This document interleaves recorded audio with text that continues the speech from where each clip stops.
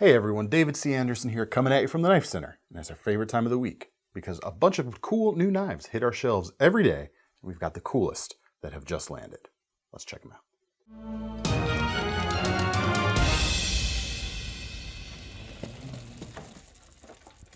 So first up, we do have a new exclusive to unveil today, or unpeel today. It's this. It's the Heretic Rock, a KnifeCenter exclusive version of their Stabnana variation. This is the Underripe Stabnana. And I will spare you any more banana style puns. We got that out of our system in a little short we did on this knife earlier today, in fact. So you can check that out if you're missing a few more dad jokes in your life. I highly recommend it. But here you go. Here is the green Stabnana, or the Underripe Stabnana. Price on this is $490. It is a curved bladed out the front automatic knife. Blade itself is MagnaCut blade steel, 3.2 inches long. So even though you have this hawkbill blade with a very acute tip, the MagnaCut steel is going to give you the toughness that should help support that fine tip, in addition to being stainless and having good edge retention properties as well. The curved blade features a Cerakoted custom mixed color for this blade to make it look more like a banana. You know, even the standard Stabnana came with a black blade, so that's a first for this series here. And then the exclusive green coloration with the Heretic logo made to look like that famous banana brand. You know the one probably that I'm talking about. So beyond the, let's admit it, the fun kind of gimmicky exterior lies a solid tool. It is not a gimmicky action, it's not gimmicky materials, and it's not gimmicky build quality whatsoever. Just fantastically built all around. You can get other versions of the Rock if you would rather have a more plain thing going on. More shelf-stable one. There you go. Good one, Thomas. Those start around $415 for the non-banana-fied versions. Maybe this is kind of plantain-esque as well. What do you folks think? Fruit flies really like it. Does everyone know the quote that Thomas is alluding to? If you don't, I bet you someone in the comments has already knows it and has already posted it, so you can check it out down there. Good one. Let's move on to something more yellow. The perfectly ripe Spyderco Manix 2 lightweight salt version right here, which has the MagnaCut blade steel. Yes, technically this was released a little bit earlier this year, but it has been in such high demand that we finally have gotten through the pre-orders that you folks have put out for this, or that you have placed for this, and we actually have some on the shelf for you folks who haven't wanted to play the pre-order game. So you can check it out now. $174, US made with a MagnaCut blade, a more conventional MagnaCut blade than the big hawkbill on that Heretic, of course. Full flat ground, drop point or leaf style shape to it. Very slicey, very acute tip, just very all around useful and very lightweight for its size. About a 3.4 inch blade, and the weight is 2.9 ounces. Very easy to carry around without weighing you down. Got a lot of texture too, thanks to the bidirectional texturing. You've got a 2-position wire pocket clip to keep things secure in your pocket in a tip-up fashion. And you have the ball bearing lock, which you operate similarly to something like an axis lock or a crossbar lock by pulling the tabs on either side. Sorry about that. But what those tabs are, they're actually attached to a cage that has a ball bearing that's being pushed into the tang of the blade, making for a very secure lineup. Typically more secure or less blade play than you will see with a crossbar locking knife. Those tend to always have just a little bit going on by the very nature of what they are. Very lightweight, very high working, or very high value working knife for an American-made product. And being in the Salt series, everything from the blade steel to the handle material to all the internal parts is designed to be pretty much as corrosion proof, as rust proof as possible. So if you work a lot around wet or corrosive saltwater environments, very good choice if you want to have an easier time maintaining your blade. Have to worry about it less when you're going to town. Next up, speaking of going to town, That's a transition. No, it isn't. A town called Bel Air.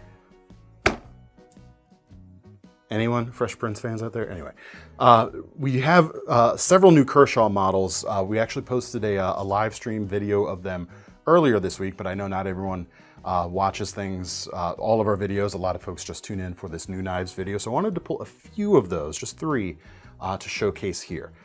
The first two knives we've shown today have what I like to call a finger-safe locking action, which simply means as you close the blade, your fingers never cross the edge or the path of the sharpened edge of the blade. So you don't even have to think about getting it out of the way. It's one less thing to think about again.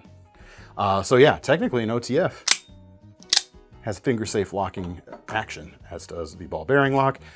So now we'll talk about the crossbar lock, or as Kershaw calls their version of it, the Duralock. And the Bel Air has been a super popular knife so far this year, so we now have a new version joining the original. We've got black coated blade as opposed to a black stonewash, and we've got a black Cerakoted, I believe, blade. Anodized blade, giving you more texture than the Cerakoted version of the original, which has a very cool color to it also. But there you go, all blacked out, nice thin, slicey blade, just over 3 inches long, full flat grind, very acute tip, just a very useful, very slicey blade, and something that feels deft, feels ready to kind of cut through anything. Not smash through anything, that's a different kind of feel, but this is like a scalpel, I think. That's the impression it gives off with the shape, the thinness, it's just precise. Gotta love it. Deep carry pocket clip, truly deep carry pocket clip, as you can see. Fully ambidextrous, the clip is reversible, the thumb studs are dual, and the lock, of course, protrudes from both sides, so very easy for either side to work. Magna cut blade steel, again, works great on a thin, pointy blade like this. The strength, the toughness of that steel is gonna work to its advantage. And the best part, all of this made in the USA for just under 150 bucks. Very good value for the materials and absolutely nothing to complain about in terms of the build quality. It is spot on. If your budget is a bit lower, however, they've also released the Mini Iridium, which gives you similar qualities in terms of shape, at least, to the Bel Air, just a tiny bit smaller. We've got 3-inch blade, it's like just under that 3-inch mark. D2 steel in this case, aluminum handles again, and the price just under $60, so less than half of the Bel Air. This is an imported knife, however, you're not going to get US made at that price for something like this. But that blade, just like the Iridium, has a just like the Bel Air, has a very acute tip. It's more distinctly a drop point shape as opposed to this kind of modified Wharncliffe thing we've got going on with the Bel Air. But in practice, there's not a huge difference between the two because there's not a huge amount of belly on the Mini Iridium. It's a little more gradual. Nice, thin, and slicey as well. I mean, check that out. Look back here to kind of determine the thickness. We do have this nice deep swedge that makes this part of the spine look even thinner, but it's just a great slicey blade shape overall. Ice blue aluminum handles. Yes, they're kind of blue and gold going on with the other accents, but it's a subtle blue. I kind of like it. It feels very refined for what it is. Reversible pocket clip, not quite deep carry, but it is folded over. And the action, ball bearings on both of these Duralocking knives. The action's great. Just what you want. Good size, good feel in the hand. You can even get a full grip on it if you really need to in a pinch to throw it at some bigger cutting tasks. But again, like the Bel Air, this is about nimbleness. This is about precision and scalpel-like cutting. Great everyday carry and a little classier too. What do you think? Affordable gentleman's knife, perhaps? I think so. Like a good formal knife. And one more crossbar locking knife from the set of releases this past week, and that is the Craze, which to me is kind of a reimagined, updated version of their Shuffle series, even though it doesn't share the Shuffle name. You've got that kind of distinctive spine-mounted bottle opener here on the back, but instead of a liner locking Tonto or drop point blade, you've got this crossbar locking modified Wharncliffe blade. Really? Is the website calling that a reverse Tonto? They're not even trying now. I paid him off.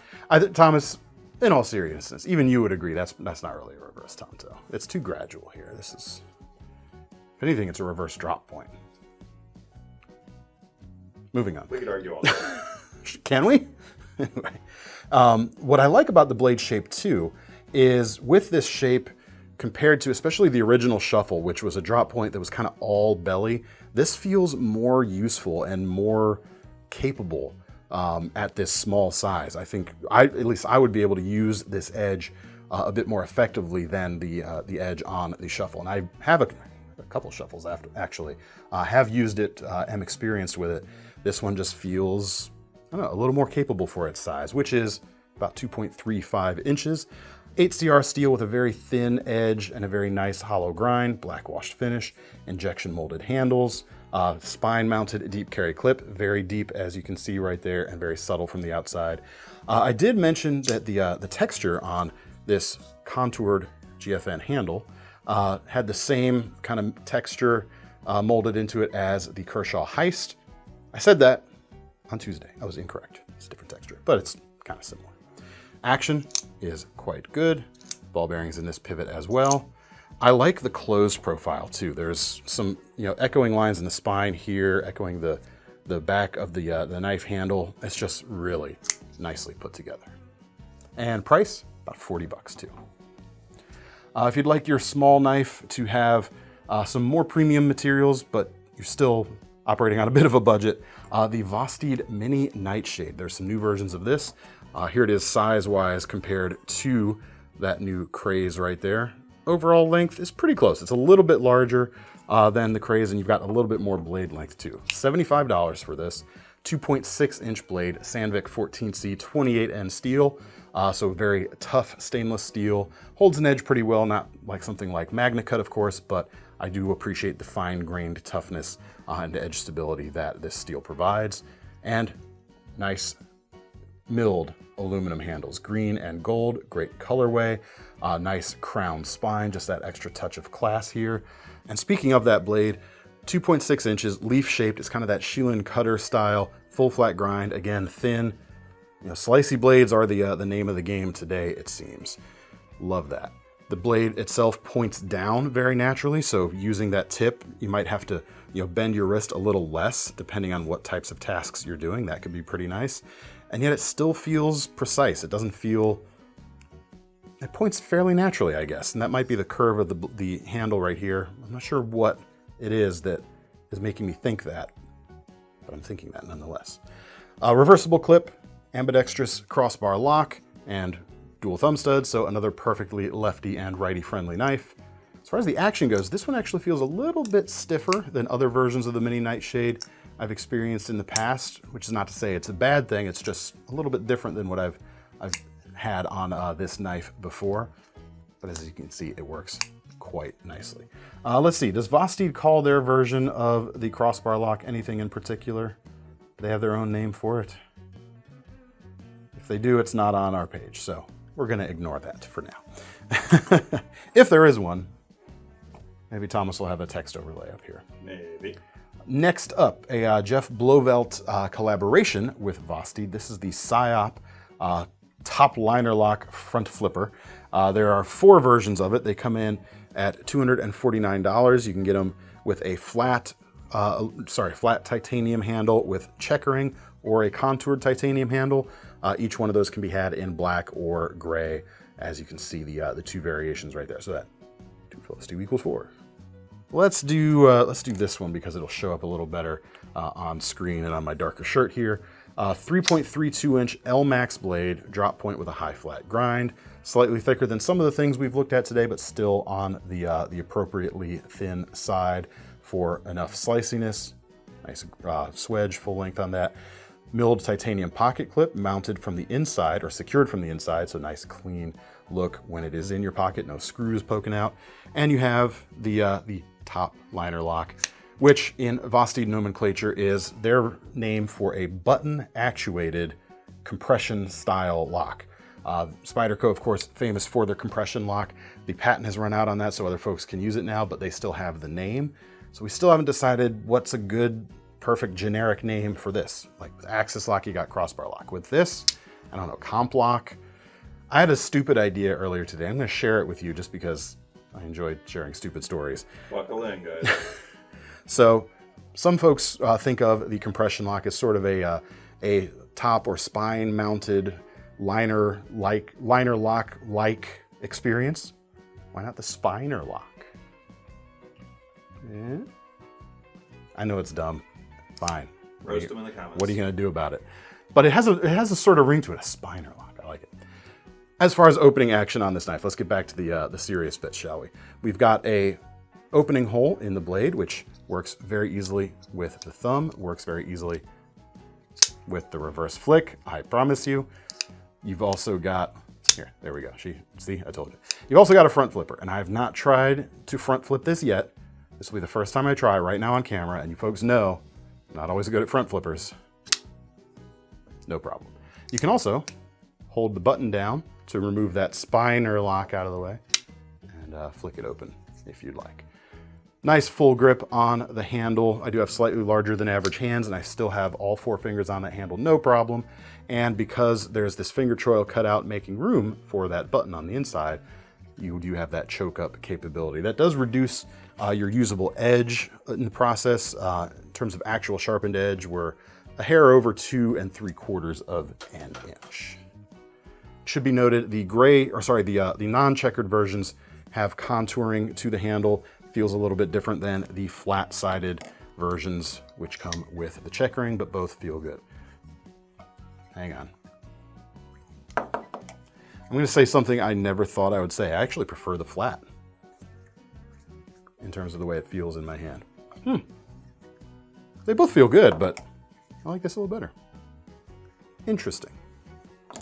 Last up today from Vosteed, we have a new version of their Corgi, and this one is a little heavy for its size. It's $79, comes with a 3-inch Nitro V blade, really cool spear point style shape. Or is that a little bit above the center line? Maybe it's just a drop point. The heaviness for this one comes with these handle scales. They are patinaed, frag milled copper handle scales on those. So you do get a bit of that weight. Some folks are gonna definitely like that, however. It gives you that bit of reassurance, of that feel of heft, that feel of a little bit of an overbuilt style nature, which can be a good thing if you are using a 3-inch blade and you want that extra peace of mind. We have a button lock here on the side, throw that in, and here you will see from the outside, symmetrical profile because you have 2 kind of flipper ears here. I don't know if you want to call that a tab, they look like little fox ears or something. So that works as a conventional flipper tab or a front flipper, which this one's a little more awkward for me than the previous knife we looked at, the Psyop, but it still works pretty well. Hey, I called them fox ears, but it's a Corgi. That's a dog. Maybe they're little dog ears. He's caught up. I wonder if that's why they named it Corgi in the first place. Oh, doggone. Or it looks kind of like, now, if we're going to go down the rabbit hole, it looks like some sort of like cycloptic canine creature, because you got like the one eye and like the mouth and the little dog ears right there. For a robot dog. Robot dog. I love it. Very cool. Very nice shape. Very easy to hold in the hand because you have a neutral handle. It gives you that full grip. Nothing gets in the way of your grip. You've got a single position pocket clip here. You've got a hidden lanyard point there at the back. Just overall, nicely executed, as we've come to expect from Vosteed. Next up, we've got a couple new LionSteels, or some new versions of some established LionSteel models. First one is for folks who may be lamenting they missed out on the recent Spyderco and LionSteel collaborations flash batch, actually. I think it was a flash batch of the Spy Myto. The standard LionSteel Myto is still around, and new versions of it are now also around. You just don't have the blade hump, or the opening hole with the corresponding hump that Spyderco is known for. $300 for these versions. Several different fancy carbon fiber front handles. These are Mars Valley fat carbon. That brings the weight down a little bit versus the titanium or aluminum versions. At least it feels lighter than my memory is telling me those versions weighed, and that would make sense. Blade itself, 3.27 inches Magna Cut blade steel here. Very nice tweak from the originals, which I believe were in M390. And black stonewash finished on this one. Nice, even crowned spine. Always a nice touch, always something that the Italian companies tend to do pretty consistently. And I like that because it looks great. On the back side, we've got a frame lock. We've got a tail-mounted deep carry milled pocket clip secured with a glass breaker carbide scribe there on the back. Scribe's the wrong word. Apologize for that. And that is reversible as well because it is spine mounted in the way that it is. Let's check out the action. We're dealing with a flipper tab here, which I should mention is removable in LionSteel fashion, which if you're going that route, let's see, yeah, you can pinch it open without the flipper tab and finish your one-hand opening that way, or you'll be two-hand opening it. But if you want to flip it open, you're gonna have a good time. Ball bearings in the pivot, great action, great blade shape. Again, all around utility, useful, basic drop point blade shape, and I am here for it. Likewise, the Nano has some new fancy carbon fiber versions as well. This is a purple haze fat carbon, 278 for this one. Magna cut blade just over 2.5 inches long, crown spine, high flat grind, a little more belly than the Myto. Still a robust feeling knife in the hand despite the small size. The width of that handle contributes to giving you that feeling of security. Like there's a solid grip on this knife despite its smaller dimensions. Let's check out the back. You've got the frame lock, similar pocket clip to the Myto. We've got a simple rounded over cap here on the back, no glass breaker on that one. Removable flipper tab as well. This one does have a set of fullers milled into each side, so you could probably reverse flick it with a little practice. I cannot, however. Sorry, LionSteel, if that's achievable. The pinch and thumb open, however, works just fine. But let's flip it, shall we? Yeah, no problems whatsoever. There you go, check them out.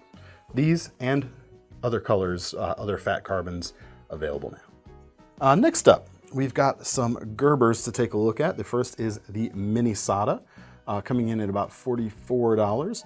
Blade of D2 steel, just over 3 inches long. Kind of a snaky shape going on. At first I thought it was a drop point, but if you look closer, there's actually a hint of clip point to that spine right there. Like, if we can confirm, actually. Yep, it's like the barest hint of upturn there right at the edge. But the D2 steel is going to give you some very good edge retention at this price point, and the thin blade and high flat grind is going to slice well for you too. The handles, sage green aluminum here on the front, aluminum here on the back as well. Versions or similar knives to this in Gerber's lineup have used stainless steel on the back. I'm glad they went with the aluminum here to keep the weight a little more down. And they have their pinch plate here on the back, which is something they did on their, was it the certain versions of the flat iron? Am I even naming that knife correctly? The nice thing about it, what that does is, one of the things with frame locks is you do sometimes have to be careful. I can demonstrate this if I'm trying to on the Myto. If you're going to flip it and you're squeezing on that lock bar, it makes it a lot harder to open that blade. See, I'm having a hard time even doing it because I'm like conditioned to just kind of move my fingers a little bit. This gives you something to pinch on without pinching on the lock bar itself. So that's pretty cool. And it also acts as an over travel stop as well to keep you from pushing that lock bar too far out when you're closing it. But that's pretty cool. Broad pocket clip here for stable stableness in your pocket. Interesting attachment here. You've got a torque screw and not a Phillips head, but like a crossed flathead style attachment right here with a little bit of texture. I wonder what's going on there. Looks pretty cool though. And as you can see, the action feels pretty darn good. I believe this is ball bearings. It doesn't quite feel ball bearing. And I take that back. I sit corrected. Yeah, you've got that ball bearing feel. Let's try the reverse flick, shall we? Since we do have the index finger hole. Yeah, I'm not doing such a good job with that. I fail yet again. I'm sorry, peoples. Denizens of the internet. Anyway, it's built well, feels good. Materials are right, and the price is right on something like that as well. Definitely a competitive offering, I would say. Next up, least expensive knife on the table today, coming in at just under $27. We have the Paralite from Gerber. This has got a 3-inch blade, and let me just check that real quick because I'm curious. And it's like a 3 1/8 inch blade. We'll have to make sure we adjust our website accordingly. Sometimes that's the problem with specs being provided by manufacturers. They kind of round things a little bit, so we always want to make sure we take our measurements. The blade itself is nice and thin, nice high flat grind on there. You're dealing with 5CR stainless at this price point. Not going to hold an edge forever, but it is very easy to sharpen, which is good because you might need to do that every so often. Again, $27, however, for this knife. Stainless steel frame, playing off of their Paraframe history. They've got, very famous for that knife. And this thing is not duplicating that, but it definitely nods to that, I would say. Tip down pocket clip, frame lock as mentioned. You do have technically, that's a right-hand biased thumb stud, but there is some sticking out on the left. I wonder if I can, yeah, I can do it. So a true lefty might have an easier time than I did doing that.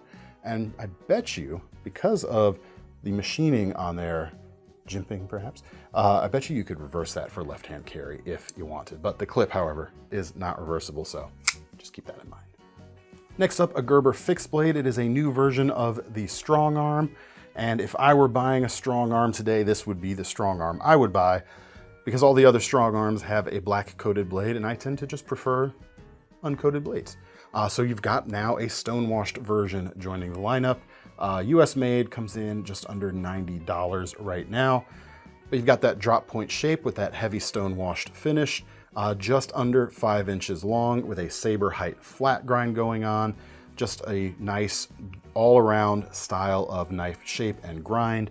It's always been a knife that kind of walks the line between, tactical, well, I don't even know if it really walks the line. It's always been more of a tactical knife, but it's been a knife that's gotten a lot of respect from people who have taken it out in like a camping or a bushcrafting outdoor or survival style scenario. So it's cool to see them kind of acknowledge that with one that's more aesthetically tuned to, that type of knife right out of the box.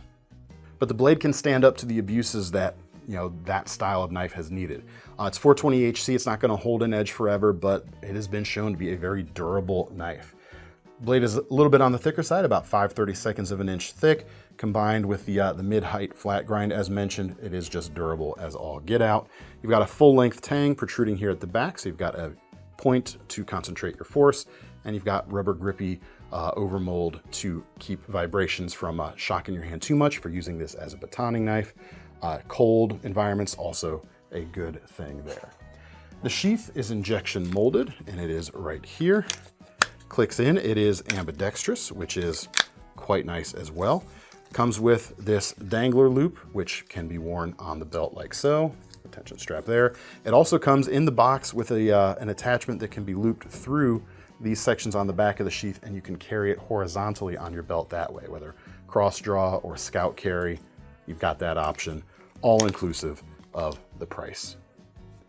And next up, if you prefer your outdoorsy knife to be of the more handcrafted variety, I've got a big one here for you, the LT Wright Gen 3. Love these big bad knives. LT Wright knives, handcrafted in the US as mentioned, come with a lifetime warranty, which is great and just super highly regarded by outdoorsmen and bushcrafters. And this is like the one tool option survival knife in their lineup, but it draws from the heritage of their Genesis model, their classic bushcraft model. Blade itself is almost 6 3/4 of an inch long. We've got 01 tool steel here for appropriate toughness, good edge holding, and easy enough field maintenance as well. The geometry here is interesting. We've got a 5/32 inch thick blade combined with that 01, sturdy. But the height of the blade is such, let me measure this here real quick. It's like 1.5 inches high, just over from spine to edge. Combine that with a full flat grind, and it's gonna be okay slicing wise. Whether you're doing food prep or butchering with it, it's not gonna be half bad for that sort of thing. And yet you've still got the wedge you need to split wood when you need to, and to just thrash on this knife when you need to or want to. Because let's be honest, it's fun. Handles are secured with brass bolts and 2-ton epoxy, marine grade stuff. These things are known to just be super, super durable, and they're finished by hand, so there's no hot spots. Nice neutral shape, for easy handling with all hand sizes and in pretty much any grip. And thumb scallops there for your pinch grip. I especially like those in the chest lever grip on knives like these. Just helps you really rip into those cuts. And of course they come with a leather sheath by JRE Industries, one of the bigger belt knife sheaths you will see from LT and JRE. Here it is, made of leather. You've got the dangler loop here, which helps keep it below your hip belt on your hiking pack or a long winter coat, or you can just tuck it out of the way if you want to thread it through there, and you've got a fire steel loop to boot. All right, that's all I've got to show you this week. Make sure to let me know what you thought in the comments, and to get your hands on any of these knives, check out the links in the description, which will take you to KnifeCenter.com. Don't forget about our long-running Knife Rewards program either while you're there, because the least thing we can do when you buy one of our knives today is give you some free money to spend on your next one. I'm David C. Anderson from the Knife Center, and that's Thomas behind the camera signing off. We'll see you next time.